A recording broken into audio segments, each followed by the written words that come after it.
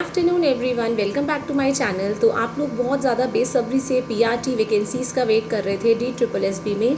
तो आपको बहुत ही जल्द DSSB की पीआरटी वैकेंसीज़ देखने को मिलेंगी। And there is a good news also. पहले ये वैकेंसीज़ आपको 21,500 कुछ देखने को मिल रही थी, लेकिन अब ये वैकेंसीज जो है आपको 21,900 के करीब देखने को मिलेंगी।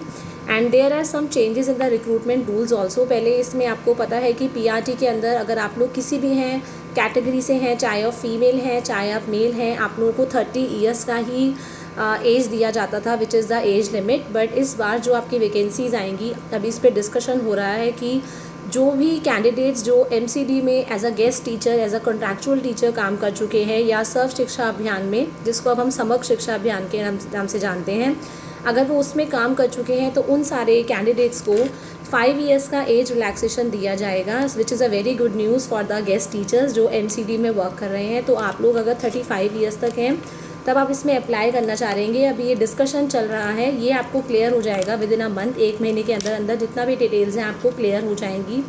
नेक्स्ट आपका था, इसमें भी कोई चेंजेस नहीं है, जो SC ST कैटेगरी है, PW कैटेगरी है।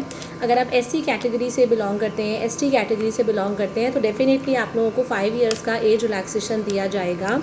एंड अगर आप OBC कैटेगरी से बिलोंग करते हैं तो आपको 3 ईयर्स का एज रिलैक्सेशन दिया जाएगा। स्पेशली फीमेल्स को ऐसा कोई भी एज रिलैक्सेशन नहीं है जो PRT में दिया जाता है, ना ही कोई मेल को है। अगर आप नॉर्मल फीमेल है, नॉर्मल मेल है, तो आप 30 ईयर्स तक ही अप्लाई कर सकते हैं, एक्सेप्ट कॉन्ट्रैक्चुअल टीचर्स जो ऑलरेडी वर्क कर रहे हैं।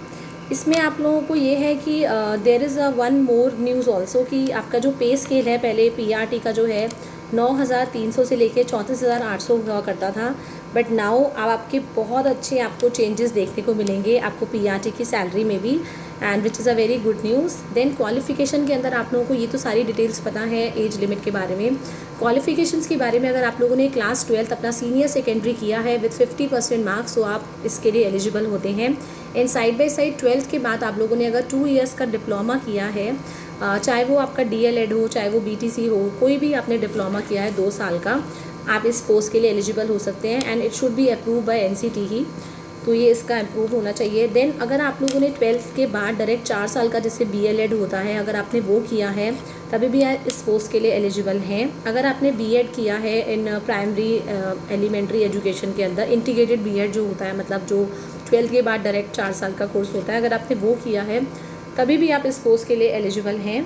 देन अगर आपने सीनियर, एक और इसमें क्राइटेरिया दिया जाता है, अगर आपने टिल 10th या till 12th Hindi, English, Punjabi या उर्दू में से, इन चारों लैंग्वेज में से एक लैंग्वेज आपके पास होनी चाहिए। जनरली सबके पास इंग्लिश हिंदी होती है, तभी आप इस पोस्ट के लिए अप्लाई कर सकते हैं। देन सीटेट आपका पेपर 1 क्वालिफाई होना चाहिए, और आपको पता है कि हमारे क्वालिफाइंग मार्क्स क्या हैं, 60% मार्क्स हैं for the general categories, general candidates के लिए।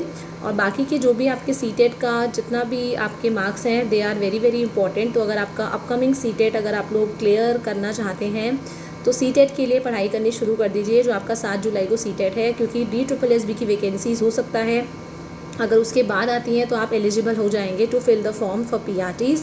सो all the best for your vacancies and all the best for your preparation. तो आप लोगों को अपनी प्रिपरेशन बिल्कुल भी नहीं रोकनी है, अपनी उम्मीद नहीं खोनी है। डेफिनेटली जिस तरह से TGT PGT की NDT की आई थी, तो PRT वालों आप लोगों की वैकेंसीज बहुत ही जल्द आने वाली हैं, और आप लोगों का जो एग्ज़ाम होगा वो भी इसी साल हो जाएगा, बिफोर नवंबर। आप मान के चलिए आपका अक्टूबर के अंदर एग्ज़ाम हो जाएगा, अक्टूबर नवंबर में। सो अपनी प्रिपरेशंस को कीप ऑन गोइंग ऑन रखेंगे, उसको छोड़ेंगे नहीं बिल्कुल भी। Thank you everyone, have a nice day.